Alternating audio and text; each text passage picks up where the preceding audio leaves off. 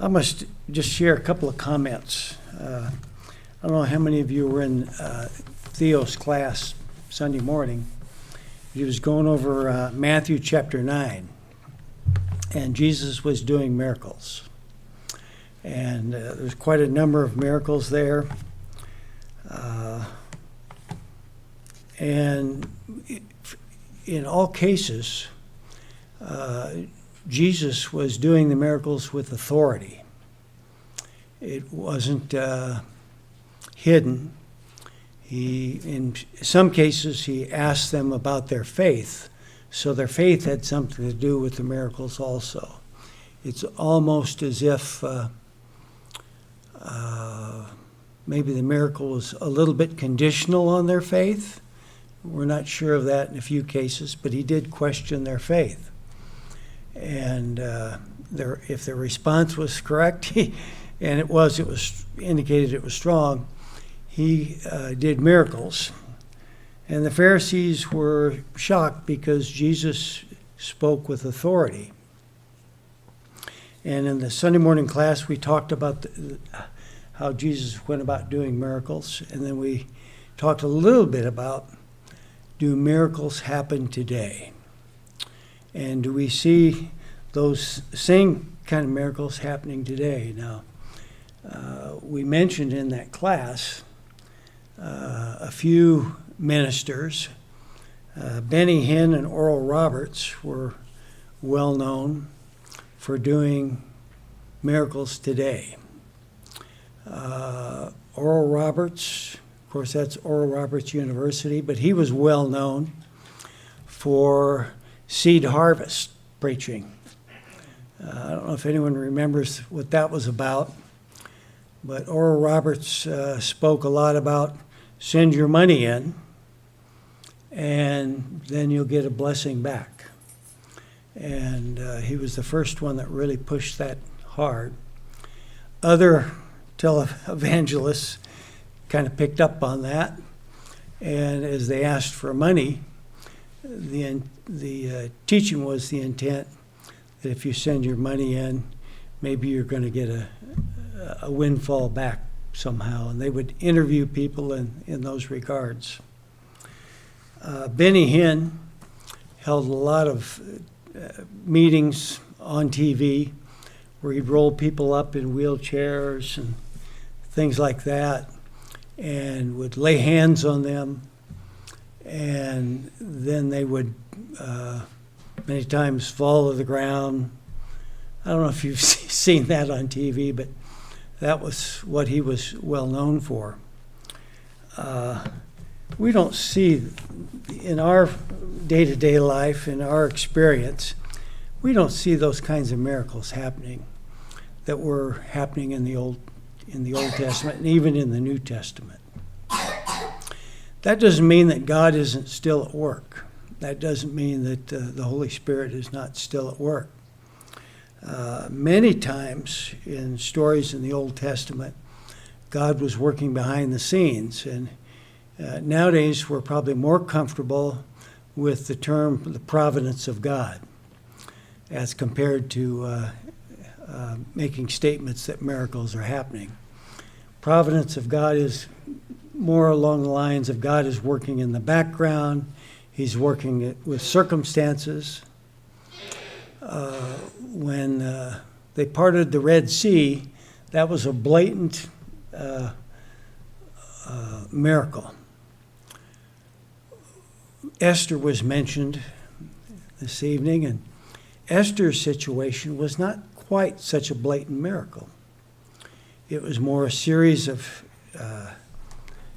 things happening, that the will of God happened, but Esther was obedient and did what she needed to do in order for the will of God to work out. And I think that's more of what we see today, too. God has given us the creation, and if we study the creation, that's going that's going to increase our faith and build our faith. If we read the Word, that's going to increase our faith also. So we have the Scriptures and we have the creation to look at. And if we're conscientious about that, we can have our faith increased. Then we have the opportunity, as we see needs in this world, to take action. God works through people. A lot of the things that are accomplished in this world, even in past times, have been through his followers. I think that's still true today. We don't see the blatant miracles, but I'm not saying they can't happen. I don't tell God what he can and cannot do.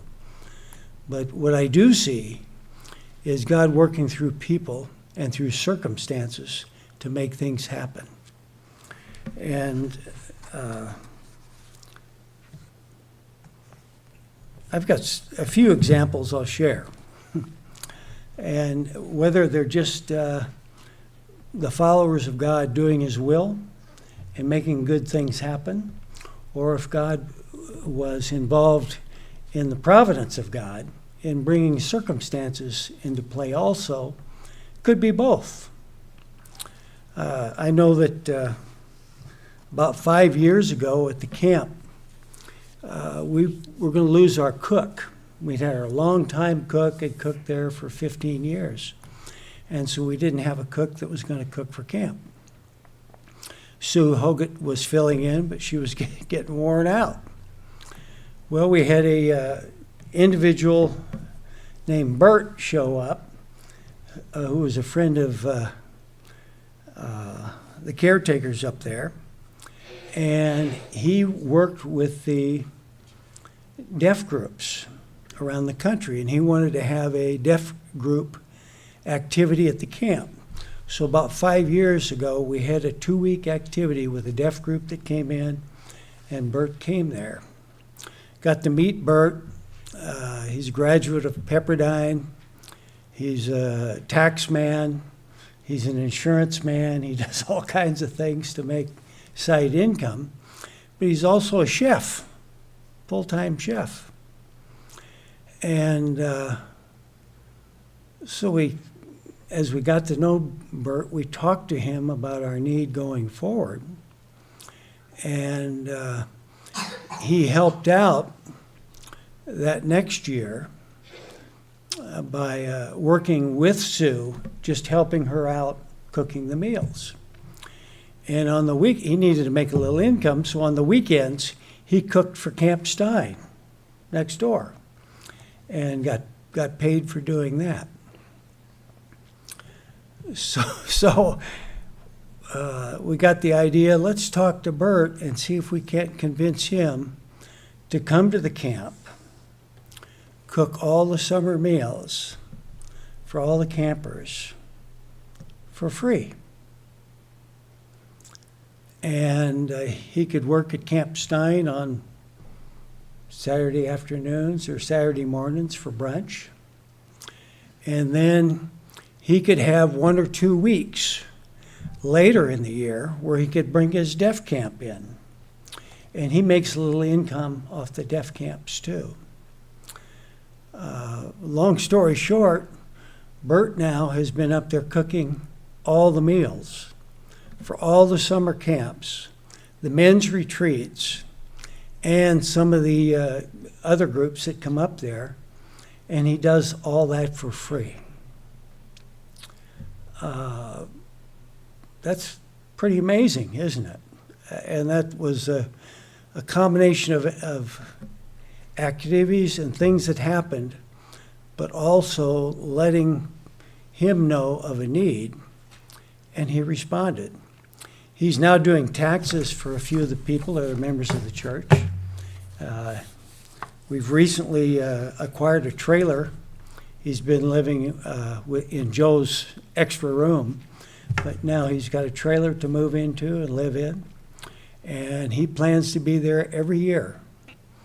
That's just one example where the camp has been blessed. The camp has been really blessed in several ways over the last 5 or 6 years. And some amazing things have happened up there. You're probably aware that we converted from paid personnel to all volunteers. And we did that for some specific reasons that were kind of in the background.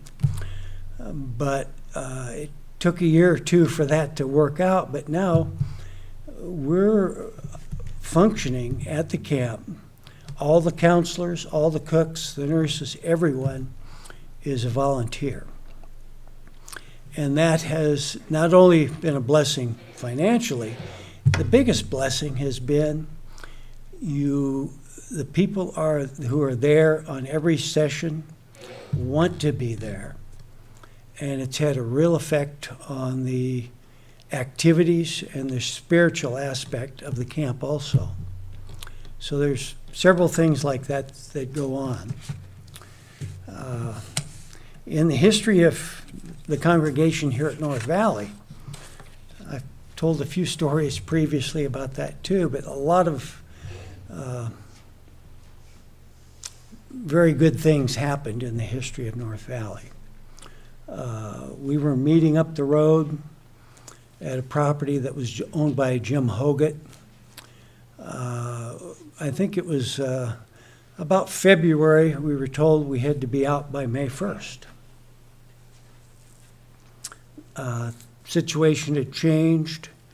They'd called most of the members to come back to Camelback. And we had a meeting, and we decided we were going to go ahead and continue with the North Valley congregation. And we had a prayer. And the prayer was we were going to look for a property 3 miles from the intersection of Tatum and Dynamite. And we had a specific prayer for that specific item. And lo and behold, about 2 weeks later, we found this property. And we had a gift from Velma Reed. How many of you know Velma Reed? Remember, Velma made the first major donation to establish this congregation. And that gift is what allowed us to buy this property. Then we got contributions and from other people, and we were able to get this property. Her son, James Reed, painted the murals out here on the playground. And James is still alive. He's down in Mesa. It's been about a year ago I talked to him on the phone. And maybe we'll get to see James again, because the murals are just about worn off the wall out there. They're almost gone. But Velma was a great blessing to this congregation. When it came time to build this addition, this building, Kay and Wayne Holsinger, again, we got some donations, but Kay and Wayne Holsinger gave us a loan so that we paid for this cash. And then over the next probably 3 years, we refinanced it. And about 3 years ago, we made the last payment on this property. So this building is paid for free and clear. But our congregation was blessed with Charles Milner originally, who was a real blessing for him to be here.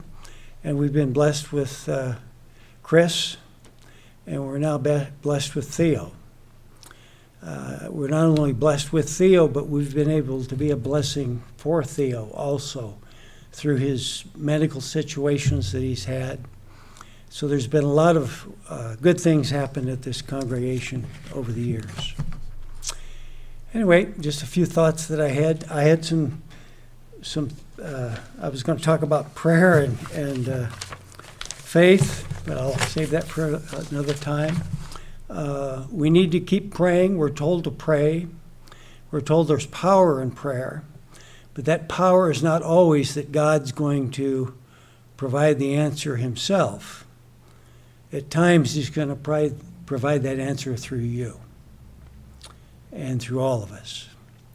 And so let's keep praying. Thanks.